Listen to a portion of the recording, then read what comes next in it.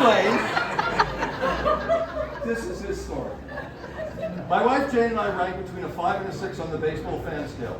We like to watch games on television and try to attend a number of games each year, especially if our team is doing well, the Rangers. In the summer of '93, they were having a good season, attendance was up, and one of my all-time favorite pitchers, Nolan Ryan, would be pitching against the White Sox. We loaded up and headed to the ballpark. I actually did not ask him what he meant by saying we loaded up. So you guys can just, whatever you wanted to, go with it. By the way, this story is from a chapter called Triples. And in each set of triples are 3 stories that are connected in one way or another. The common theme here is seeing a baseball game with people from another country. We found our seats, and right in front of us was a young couple in their mid to late 20s from Australia. As we began to chat before the game, they told us where they had been and what they had seen. They were having an adventure, making friends and memories on their travels. Their mates back in Australia had told them they needed to go to a baseball game while in the United States. And this was the night. After several innings of strikeouts, walks, pop-ups, and grounders to second base, the score was 0-0, and the young man turned to his girlfriend in a typical Australian accent. He goes, "Well, this is bloody boring." He couldn't understand why Americans are so excited about baseball. His next step?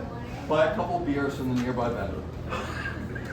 Rangers pitcher Nolan Ryan, a 46-year-old future Hall of Famer, was having a so-so game the first few innings. The Sox batting coach was having his hitters crowd home plate to protect the outside corner. Getting frustrated, Ryan started throwing inside, moving the batters back to increase this. I've already heard of I know some of you know what's coming. To increase the strike zone, Robin Ventura, an up-and-coming 26-year-old left-handed batter, came to the plate.